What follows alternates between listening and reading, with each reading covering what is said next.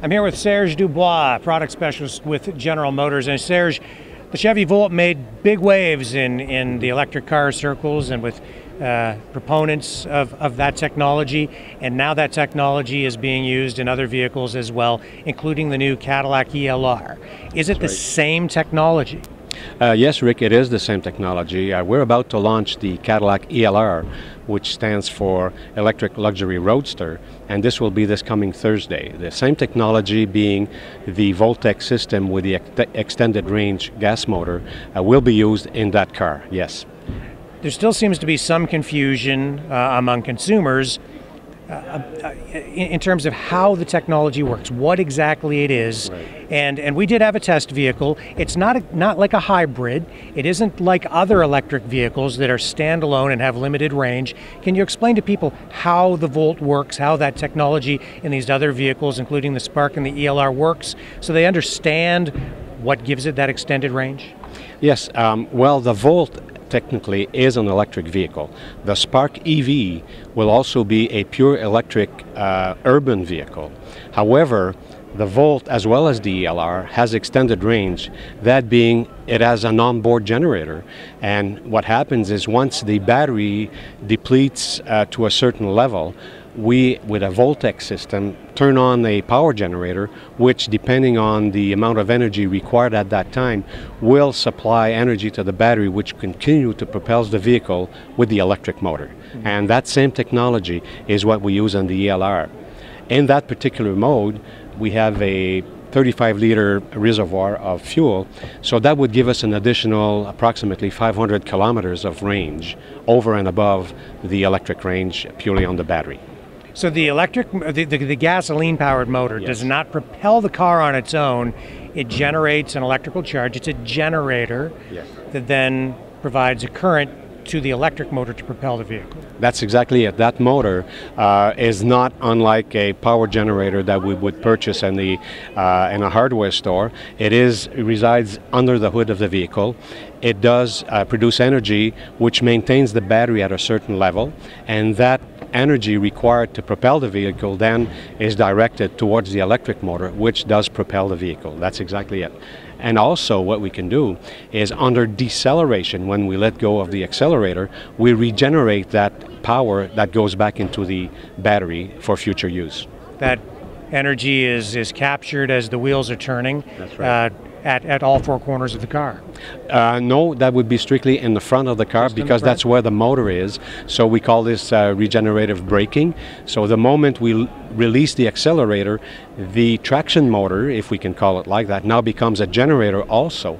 So that energy, which slows down the vehicle, is also put back into the battery for future use. Yes. Okay, I didn't realize that it only came from the front wheels. Yes. But that's because that's where the whole mechanism is, right? Yes. Yes. The vehicle is equipped with hydraulic brakes on four wheels. So therefore, when we do slow down the vehicle and to come to a complete stop, we would also use a brake pedal, just like on a normal vehicle, to turn on or activate the four-wheel disc brakes on the vehicle. Yes. And it is important to note that that electric generator that is powered by gasoline comes on its own automatically. You don't have to push a button because you're running out of charge. It's all done automatically for you. It's seamless. You don't even really notice that it's running. Absolutely. The system determines at what time the motor needs to come on. However, there are four modes of operation on the vehicle. We have a normal mode, a hill mode, a sports mode, and we also have a hold mode. And that mode would allow us, even though the battery would be fully charged, you could leave home and press the hold mode and turn on the generator and maintain the charge of the battery for future use, in a sense that if you would want to drive in town purely electric, you could leave home, do your traveling to the major city, and once you're in the city, depress again the button to get into normal mode, and then you would run purely electric in town. Yes. With the Cadillac, of course, you're not giving up any luxury by going with an electric vehicle. Right. What about the performance? Is the performance going to be there in that car? Oh yes, in the Cadillac, they've tweaked up the power a little bit with the motor, and of course the car is beautiful. It does have some luxury appointments that are unique to Cadillac. The design of the vehicle, the interior of the vehicle, the dash is reconfigurable in 4 different ways to the liking of the operator. They are amenities such as electric power seats, the LED lighting, and everything around the vehicle is really typically Cadillac quality, absolutely. And the Spark, that's going to appeal to a whole different segment of the automotive market. Yeah, the Spark is really an urban electric vehicle. The range could be anywhere above 120 kilometers up to maybe 140, depending on condition and weather. But this small vehicle is really powerful, and it's uniquely battery operated in the sense it does not have an extended range motor. But for urban use, for a small car, it will be a very nice vehicle. I have had the opportunity to try one, and it's a lot of fun to drive, very peppy, and will fit a certain niche in the market, absolutely. And what about price point? Are these vehicles that people can actually afford to get into?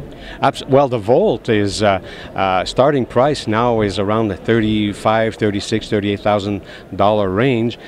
Government rebates go anywhere from $8,000 in Quebec to approximately $8,200 in Ontario, just a little more.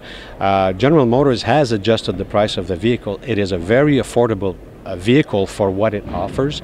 An upscale, fully loaded Volt could go around the mid $40,000. So it's quite comparable to an equivalent mid-size vehicle with similar equipment, I would say. So you don't need to get into something like a Tesla or something for $100,000 plus.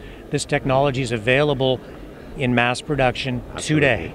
What this does is it really takes the range anxiety out of the driver's mind, because you can use the Volt to take a trip to Florida. You can use the Volt to go around town. It is very versatile as a fully electric vehicle, but also not requiring to have a second vehicle because you would be worried with the range of the vehicle. Regardless of the electric range, having a power generator on board does take that anxiety out of the equation, absolutely. Right, and I guess it's going to take a little more time for people to become comfortable with the technology and really latch onto it and realize that it is affordable and something that is practical. It is affordable, it's practical. It can be recharged with a regular 120 volt household exterior plug. You can install or have installed a fast charger, 240 volts. There are fast charging stations now in many hardware stores, restaurants, or highway rest areas. So it is becoming, the network is becoming more and more present, but from a daily use, it is very simple, user-friendly, and hassle-free, absolutely. And just finally, how long does it take to charge the battery? A full charge on a 120 volt household plug could take approximately 11 hours, and that time could be cut in half if we had a fast charger, absolutely, yeah. All right. Well, listen, Serge, thank you very much for joining us on the program. Really looking forward to driving that ELR and the Spark too, because I haven't been behind the wheel of that. Beautiful looking cars, great technology, and lots more to come from General Motors. Thank you very much.